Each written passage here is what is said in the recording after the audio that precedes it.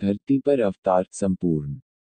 कबीरदेव कबीर परमेश्वर जी का सतलोक से कलयुग में सशरीर आगमन। चित्र कबीरदेव जी शिशु रूप धार कर लहरतारा तालाब में अवतरण। चित्र बी परमक्षर ब्रह्म अर्थात पूर्ण ब्रह्म जी तीसरे धाम क्षर ब्रह्म तथा अक्षर ब्रह्म के लोकों से मिन जो तीसरा पूर्ण मोक्ष स्थान है उसमें विराजमान है।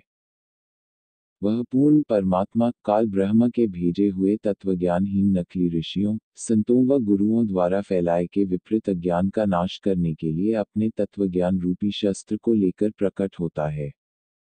वह पूर्ण परमात्मा अन्य समय में भी अपने वर्णीय भक्तों अर्थात श्रेष्ठ पुरुषों को विशेष रूप से मिलता है, उनको अपने तत्वज्ञान से परिचित कराता है।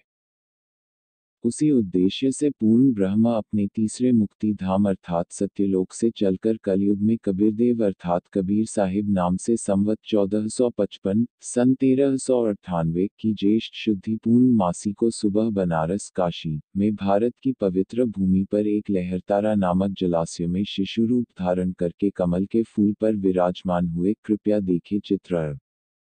एक मुसलमान जुलाहा नूर अली नीरू अपनी पत्नी नियामत नीमा के साथ प्रतिदिन की तरह उसी सरोवर में स्नान के लिए आए। वे निसंतान थे। शिशु रूपधारी परमेश्वर कबीरदेव जी कबीर साहिब जी को अपने घर ले गए। कृपया देखें चित्र बी। परमेश्वर कबीरदेव जी को सत्यलोक से आते हुए देखने वाले ऋषि अष्टानंद जी थे जो प्रतिदिन की तरह उस दिन भी लहरतारा तालाब में स्नान ध्यान कर रहे थे। कृपया देखें चित्र। परम अक्षर ब्रह्म कबीर जी ने 25 दिन तक कुछ भी आहार नहीं किया। नीरू तथा नीमा को अति चिंतित देखकर भगवान शिव एक फकीर संत के रूप में प्रकट हुए।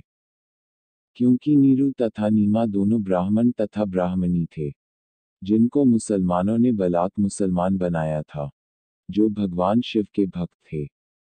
भगवान शिव जी ने परमेश्वर कबीर जी को देखा तब शिशु रूपधारी कबीर परमेश्वर जी ने कहा फकीर शिव जी एक कंवारी गाय लाओ उसकी कमर पर आप अपना आशीर्वाद देना वह दूध देवेगी।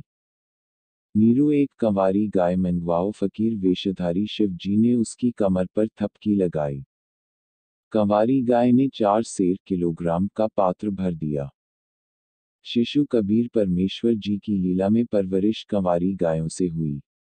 प्रत्येक युग में परमेश्वर कबीर जी ऐसी ही लीला करते हैं। बड़े होकर परमात्मा कबीर जी साधारण मनुष्य की तरह जुलाहे का कार्य करने लगे तथा अपने मुख्य उद्देश्य जो तत्वज्ञान प्रचार करना था उसे भी करते रहे। परमेश्वर कबीरदेव ने अपनी कर्बिवाणी द्वारा कविताओं और लोकोक्तियों के माध्यम से तत्वज्ञान को ऊंचे स्वर में गर्ज गर्ज कर बोल बोल कर गा गा कर कहा, जिस कारण वे एक प्रसिद्ध कवि की उपाधि से सुशोभित हुए। कबीर परमेश्वर कबीरदेव जी के कोई माता पिता नहीं थे, न उनकी कोई स्त्री तथा न संतान थी। कमाल एक मुर्दा जीवित किया हुआ बालक था तथा कमाली एक कब्र से निकालकर जीवित की गई बालिका थी जो शेख तकी नामक पीर की लड़की थी।